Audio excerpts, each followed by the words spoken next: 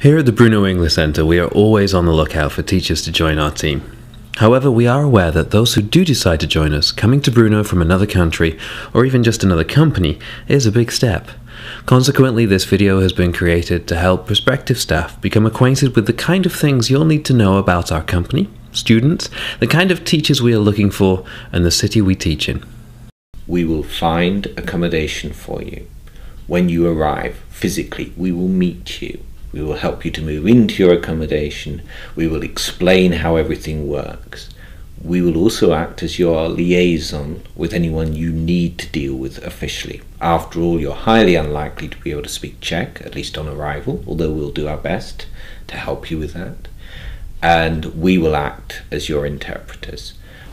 Yes, well, a teacher coming to Brno English Centre, I think the great thing is that there's quite an experienced body of staff around them who are fairly helpful, because even myself has been teaching for a long time, I still remember very clearly how it was at the very beginning, and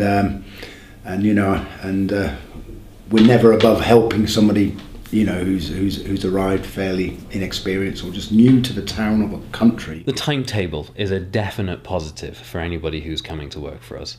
The way we have the timetable, and we teach from really early in the morning to late at night, but we don't expect our teachers to work double shifts, split shifts. If you're going to start early in the morning, then you're not going to finish late at night. And what we have, because we have so many courses running, is a situation where you can say, yeah, I'm a morning teacher. And that's true of me. I'm a morning teacher.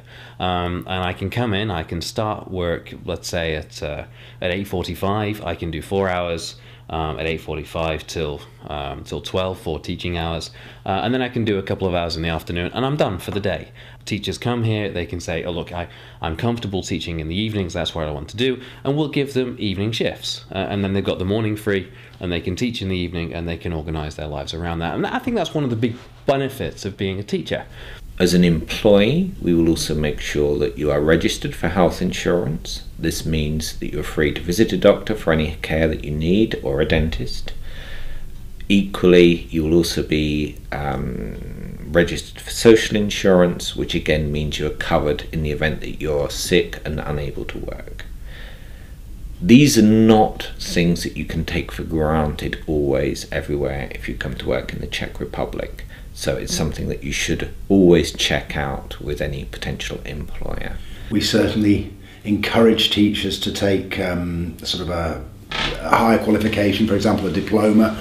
We have people on diploma courses at the moment. We have people on MA courses at the moment. And the school is very supportive of that. I think one of the nice things about working here is that we don't do a lot, if any, company courses. We're not sending our teachers out all over the city. We're not making them work traveling here, there and everywhere. What we do is we do almost all, and for most of our teachers, absolutely all of our courses are in-house, in classrooms, with students who want to work and want to be there, not out somewhere in the middle of the nowhere with 3 company course students who have been told to be there by their manager. That's not what we do. Of course, on top of that, one shouldn't leave out money. It's a simple fact that we pay about the best package, or one of the best packages that's available in the Czech Republic. I would see the question of what criteria we use for teaching staff as kind of 2 stages. We've got the basics, i.e. anyone who works for us must have a university education and must have a recognised qualification for teaching English as a foreign language.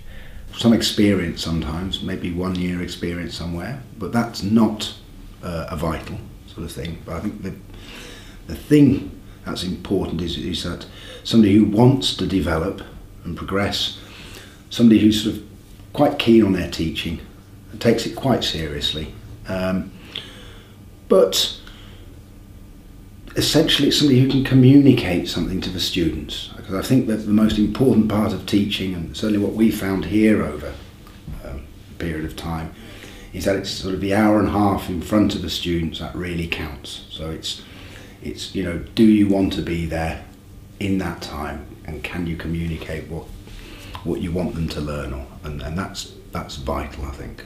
Yeah. So. But I see that very much as the criteria for someone to be considered by us. That's not sufficient as a condition for somebody actually being employed by us. There we're talking much more about whether or not we think someone would fit in to a team of like-minded people, whether someone actually has enthusiasm for the job, and an awful lot of what I'd call intangible qualities that come under the heading of professionalism as a teacher. By and large, our students are people who've made a choice and are conscious that they've made a choice of language school. They've normally had a look at what is available, and they've made a choice on the basis of quality, perceived quality. Frequently our students have taken advantage of the opportunity to go and observe lessons before they decide to spend their money, which is wise, and that's how it should be. They've frequently spoken to other people whose judgment they respect and heard our school recommended. Quite often those recommendations have come from their teachers in the school they've been in, or the university they've been in, or from other people that they respect. Czechs say Brno is a big village, and that's basically it. It is a city, but it has this small town feel. So you do walk around, you walk in the center, you see people you know, they wave at you, they say ahoy or ciao, you say it back. Well, it's a really beautiful small city, and you get to do lots of different things. The centre's really nice, and I love the churches, the architecture, and I love the vegetable market. I like the Christmas market. I like the idea of it because you can find some original handmade Czech merchandise, some really unique things. It's not as exciting as Prague. It's not as busy as Prague. You don't have massive amounts of English tourists walking around, and it's kind of nice. It's authentic. It has an authentic feel. You need to speak some Czech. Czechs appreciate it when you try to speak Czech, and that's really what I like. And also the great thing about Brno is that it's a great place to be located. You can go to Vienna, Budapest, and other European cities as well. For this size of city, I know for some people it would feel small. For me, it feels comfortable. For being a big city, it's actually quite comfortable, and just the quality of life here is good. It's a university town. In a way, almost nowhere else I've ever been to is.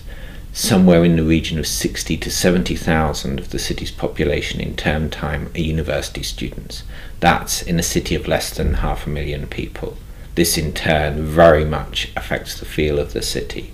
What entertainment is available, the level of cultural events that are available, and just the general feel of the city. It's a young, vibrant, educated place.